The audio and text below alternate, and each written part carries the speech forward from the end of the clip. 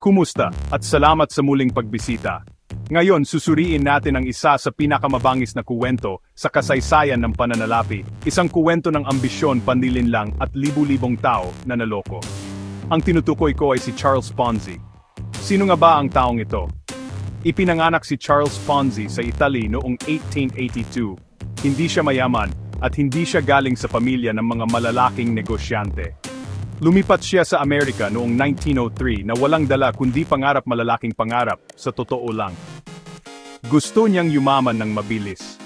Ngunit sa halip na magtrabaho ng husto, may ibang plano si Ponzi. Ngayon, heto ang kakaiba.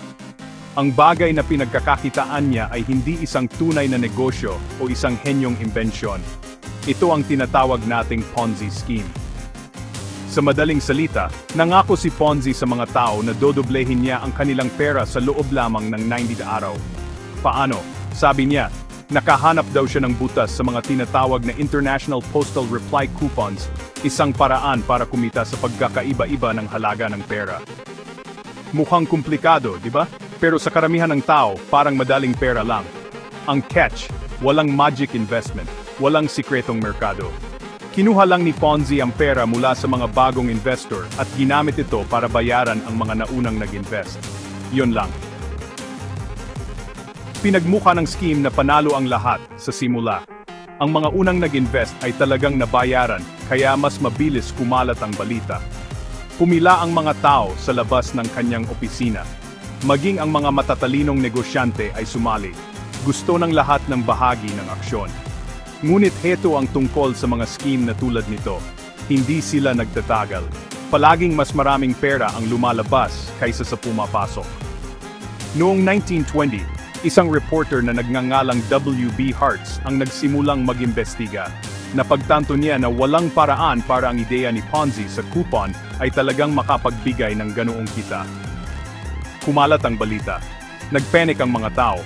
Bumagsak ang lahat, halos magdamag. Inaresto si Ponzi, nilitis, at ikinulong.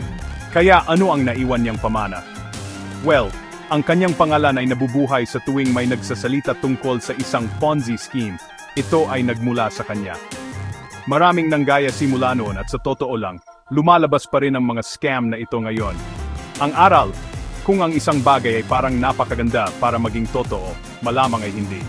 Iyan ang nakakagulat na kuwento ni Charles Ponzi, ang taong nanlinlang ng libu-libo at nagbigay ng kanyang pangalan sa isa sa pinakamalaking scam sa kasaysayan.